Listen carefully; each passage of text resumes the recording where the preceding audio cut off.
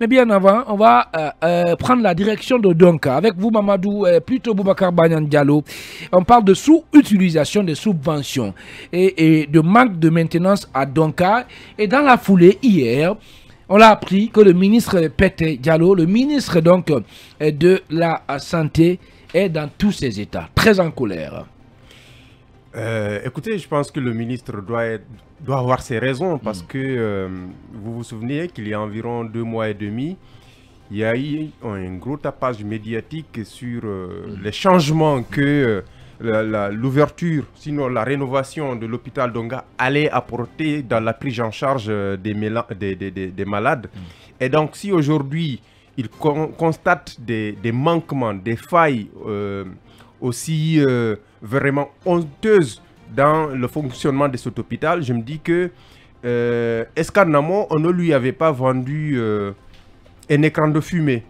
Parce qu'il y a eu assez d'annonces qui ont été faites depuis que la rénovation de l'hôpital Donka a été engagée. Vous vous souvenez qu'actuellement, c'est un groupe canadien, en l'occurrence Netsen Group, qui gère cet hôpital.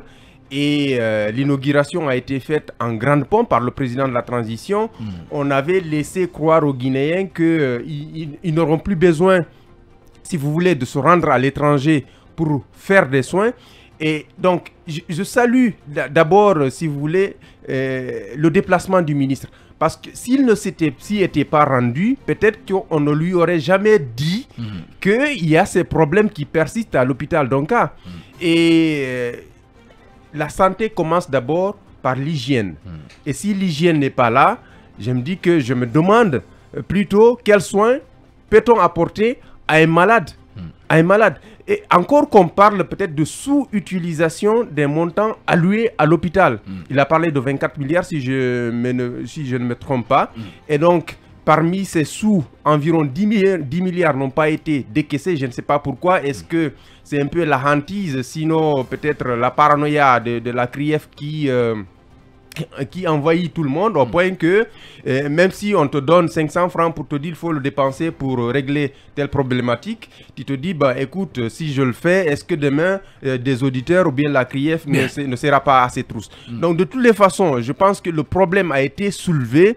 Il faut que des mesures urgentes soient prises pour offrir le minimum qu'on demande. Bien, on en parlera tout à l'heure, Boubacar Banyan Diallo. En attendant, on va partir avec notre écran publicitaire. Derrière, c'est les infos que vous allez avoir sur Film Guinée avec Fadima Kanté ou Mariama Diomboba. On se retrouve juste après pour poursuivre ce débat. Allez, en attendant, on va revenir sur ce sujet lié à la gestion, Boubacar Banyan Diallo, de l'hôpital Donka, avec cette colère saine du ministre de la Santé très rapidement.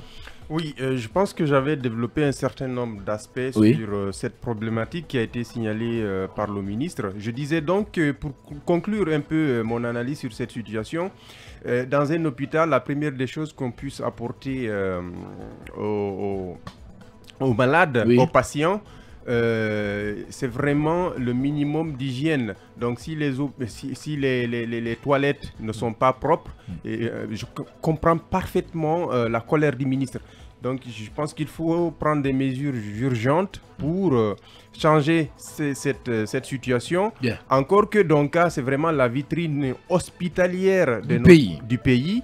Et j'ai rappelé tantôt qu'il y a 2 mois, on nous a vendu vraiment, je dirais pas un écran de fumée, mais en tout cas, ce qu'on a développé dans les médias à tambour battant, et la réalité qu'on voit aujourd'hui, il y a carrément un fossé. Donc, il faut corriger cette situation et voilà, pour le bonheur des patients. Mais comment expliquer ça, Emmanuel Minimono? Il y a quand même des mois, comme l'a rappelé Boubacar Banyan, on a inauguré cet hôpital avec fracas. Et puis, quelques mois après, on parle de ces problèmes-là, en tout cas, de problèmes de gestion de ce centre hospitalier du pays. Personnellement, je pense que, en tout cas... Ça vous surprend? Non, ça ne me surprend pas, évidemment. Je crois qu'au stade actuel de ce que l'on peut savoir, en tout cas de la colère, entre guillemets, du ministre de la Santé, il faut voir cela aussi dans la genèse même de l'inauguration de cet hôpital. On avait annoncé, en tout cas, de bonne foi, que Donka n'entrerait pas tout de suite intégralement en service. Les services vont se mettre, vont commencer à fonctionner progressivement les uns après les autres. Il y a des services qui ne sont pas encore opérationnels, donc il y en a beaucoup. Vous pouvez aller pour certaines Sauf que Emmanuel, là on ne parle pas de service. Non, j'en viens justement. C'est pour dire que pour l'instant, on ne peut pas dire que donc certes, on en a parlé tambour battant. Pour l'instant, on ne peut pas dire que c'est une déception. Ce n'est pas le moment de dire que c'est une déception parce que l'hôpital, en fait. L'hôpital n'a pas encore atteint son rythme de croisière. Et ça avait été dit. Vous avez, je le réitère, des services qui ne sont pas encore entrés en fonction et qui viennent progressivement. Le deuxième élément que je voulais soulever et qui est d'ailleurs finalement la raison principale, c'est la sous-utilisation des subventions. C'est cela d'ailleurs le point fondamental. Moi, ça me réjouit d'une part. Pourquoi ça me réjouit? Parce qu'au moins pour une fois, on sait que pour une structure sanitaire, les moyens ne manquent pas. Que les moyens sont là et qu'ils attendent d'être utilisés d'ailleurs. Et donc le questionnement du ministre, c'est pourquoi les moyens qui sont mis à disposition ne sont pas utilisés. On parle d'une subvention qui n'est pas encore totalement utilisée. L'année est finie. Donc ça, c'est un point de vue, en tout cas de ce côté, je peux me réjouir. Quand vous avez d'autres hôpitaux qui n'ont même pas de quoi fonctionner correctement, et d'un autre côté, on vous dit qu'il y a tellement de moyens que pour le moment, ils n'ont pas fini d'utiliser tous les moyens qui ont été mis à leur disposition. Ça veut dire que si ces moyens devaient être utilisés cette année et qui n'ont pas été utilisés, ça veut dire peut-être que dans ce cas, le rythme de mise en service progressif qui devait intervenir, n'est peut-être pas au rendez-vous. Maintenant, à quel niveau se situe la gravité? C'est peut-être de voir par rapport aux objectifs de lancement de l'hôpital et le niveau de son rythme actuel de fonctionnement, qu'est-ce qui est en retard, qu'est-ce qui ne l'est pas. Mais fondamentalement, au moins on sait qu'il y a des moyens, on sait que les services viennent les uns après les autres et il faut quand même s'en féliciter. Et je vais évidemment interpeller aussi sur le fait que si les moyens sont là, c'est parce qu'ils doivent être utilisés. Et que le rythme de croisière, en tout cas de l'hôpital, est attendu par rapport aux objectifs qui ont été fixés au départ. Bien. Khalil Kamara, oui, là-dessus. C'est sûr que les services ne sont pas effectifs pour le moment, mais ce qu'il faut se demander, est-ce que les services qui sont opérationnels actuellement fonctionne normalement? Ça, c'est une question importante. Parce que si ce n'est pas le cas, je pense qu'il faut s'interroger. On peut donc penser, comme était en train de le dire tout à l'heure notre confrère, que c'était un écran de fumée. Parce qu'on ne peut pas projeter des images dont l'hôpital ne reflète pas. Il faut donner des services maximum aux Guinéens. C'est ce que nous avons besoin. Mais nous savons également comment nos hôpitaux fonctionnent dans notre pays. Vous partez aujourd'hui à l'hôpital Donka, il y a des pratiques qui n'honorent pas. Peut-être on peut aussi dire l'hôpital Donko. Vous savez, Donko en poulard, ça signifie quoi? Non. Ça veut dire que ce soit ta première fois et ta dernière fois de venir ici ou de faire ça. Allez-y. Oui. Voilà, donc si le service n'est pas satisfaisant, c'est sûr que ça ne va plus encourager de retourner. Mais j'ai constaté quelque chose dans les hôpitaux. Je ne veux pas terminer sans parler de ça. Vous partez à la, vous partez à la traumatologie de Donka qui se trouve dans le camp. Kankamayenne. Dans le Kankamayenne. Kankamayenne. Oui. Mais ce qui se passe là-bas, c'est très grave. Vous avez des blessés, des personnes qui ont fait des accidents graves, qui sont hospitalisés à ce niveau. Vous partez pour les rendre visite. Vous avez un gardien qui quitte de nulle part pour vous demander 5 000 francs. Vous partez avec un engin et une moto pour la garer, on vous demande 5 000 francs. Je me demande si cet argent est versé au ministre Peter Diallo ou bien c'est versé au trésor public. J'ai besoin de le savoir. Si vous n'avez pas de reçu, tu as reçu. Si vous n'avez pas de reçu, c'est que ce n'est versé nulle part. Il faut pas il n'y a pas de reçu. Il faut dire il n'y a pas de reçu. Et ce que je veux dire pour terminer, la qualité des services aussi dans nos hôpitaux, c'est très grave. Parce que je vais vous parler de la situation, d'une situation.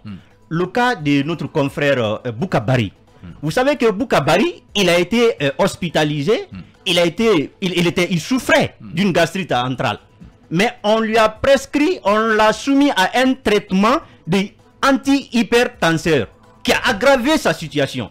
C'est ce qui a été le cas de notre confrère Bilani. Oui, qui se trouve maintenant à Dakar. Et quand vous partez ailleurs, on vous dit, mais on voulait vous tuer. Donc, il faut s'interroger aussi sur la formation, sur le niveau même de nos médecins. Parce que si les médecins n'ont pas de niveau, si les médecins ne connaissent pas ce qu'ils doivent faire, je pense que c'est très grave. Mais je ne suis pas surpris. Parce que la dernière fois, quand je suis parti à l'hôpital Ignace Dine, un médecin m'a dit que le certificat médical, c'est pour les malades. le certificat médical, que c'est pour les malades. Ah ouais. Même si vous n'êtes pas médecin, vous savez que le certificat médical, ce n'est pas que pour les malades. C'est un document qui atteste que vous avez telle ou telle maladie, ou alors que vous n'avez rien. Mais quand un médecin vous dit que ça c'est pour les malades, vous êtes malade. Bien. Oui, si vous n'avez rien, on peut vous délivrer le certificat médical pour dire que vous ne souffrez d'aucune maladie. Allez. Mais quand un médecin vous dit que ça c'est pour les malades, il faut comprendre le niveau. Qu'est-ce que vous voulez? Tous les grands médecins ont fini par créer des petites cliniques dans les quartiers. Et puis voilà, qu'est-ce qu'on veut finalement pour ce pays-là? Même si de passage, il faut aussi rendre hommage à ces médecins, ces aides-soignants quand même dans certains centres hospitaliers publics qui essaient de faire leur mieux quand même et pour soigner les patients. Ça aussi, il faut le mentionner de passage. Mamadou Boye Diallo. Khalil, je suis tout à fait d'accord avec vous. Certes, il y a peut-être des mauvaises graines. Certes, il y a des médecins qui sont incompétents par endroit, mais quand on prend de manière holistique, de manière générale, je pense qu'il faut féliciter les médecins guinéens parce que tout simplement, c'est des médecins qui se battent corps à âme pour pouvoir donner des soins de qualité à nos populations qui en ont besoin. Alors, pour revenir sur le cas de Donka, vous le savez, c'est en 2016 sous Alpha Condé, il faut quand même le rappeler, c'est Alpha Condé, c'est sous son régime que les travaux de rénovation et d'extension de l'hôpital Donka ont été lancés avec un cofinancement de la Banque islamique de développement et puis du Fonds saoudien de développement, mais aussi le gouvernement guinéen. Donc ces trois entités se sont réunies pour pouvoir, n'est-ce pas, lancer ces travaux de l'autre côté. Alors, quand vous prenez le cas aujourd'hui de ce qui se passe là-bas, on parle de manque d'hygiène, le manque d'entretien des équipements. Je pense que Emmanuel l'a rappelé. C'est un hôpital qui entre en phase, dans une phase de progression en termes disons, de mise en branle de tous les services qui doivent en tout cas composer ce grand centre hospitalier du pays. Oui, il faut préciser que c'est pour 5 ans. Et là, on en est peut-être à 2 ans et demi. 2 ans et demi. Donc, ça veut dire qu'il faut encore donner du temps pour que tout le processus se mette en place. Mais quand même, il faut aussi quand même tirer le chapeau au ministre Petel. Je ne suis pas en train de lui dresser des couronnes, mais je pense que c'est un ministre réformateur qui est là, qui depuis son arrivée quand même a fait assez d'efforts pour que tout à l'heure, Khalil le rappelait, pour que quand même les soins de qualité soient administrés à nos populations. Donc, je pense que le ministre fasse une visite inopinée du côté de Donka, c'est une bonne chose parce que ça lui permettra justement de voir de manière réelle les réalités en face. On parle que l'hôpital, pour finir, se reçoit de l'État une subvention de 24 milliards de francs guinéens. Je pense qu'il faut judicieusement utiliser ces fonds pour que les services soient de qualité de ce côté. Allez, merci rapidement. En une minute, je vais juste dire un mot par rapport au cas de l'hôpital. Donc, moi, personnellement, j'ai un triste souvenir de l'hôpital. Donc, vous rappelez que j'ai été victime récemment d'un accident de circulation, accident qui a causé, au cours duquel j'ai eu une fracture au niveau de l'avant-bras. Et lorsque j'ai été admis à l'hôpital, donc aux urgences, je vous dis, Khalil, les malades étaient à même le sol. Il n'y avait pas de... Une précision, Ibrahim Massouri, c'est après l'inauguration? Avant l'inauguration. C'est important. Avant l'inauguration. Donc, il y a des malades qui étaient à même le sol, qui attendaient. Moi, personnellement, j'ai passé au moins 30 à 40 minutes assis avec ma douleur, sans qu'aucun médecin n'est venu vers moi. Et j'ai été obligé d'appeler, de passer des coups de fil. C'est en ce moment, c'est à l'issue de ces coups de fil que certains médecins sont venus vers moi. Et c'est très grave. Donc, il faut qu'au-delà du fait qu'il y ait des moyens, parce qu'il y a 24 milliards, cet hôpital reçoit 24 milliards de subventions, on ne peut pas comprendre aujourd'hui qu'il ne soit pas à mesure, c'est responsable donc de nettoyer ces latrines-là pour faciliter l'accès aux malades. C'est le cas aussi dans certains hôpitaux, donc comme Ignace Dine. J'y ai été récemment aussi, les toilettes laissent à désirer. Donc c'est le bon moment pour ce plan Ignace Dine bat le record. Les responsables de ces structures sanitaires d'assainir ces hôpitaux-là. Merci encore une fois de nous rejoindre sur Film Guinée, la radio de commune renommée.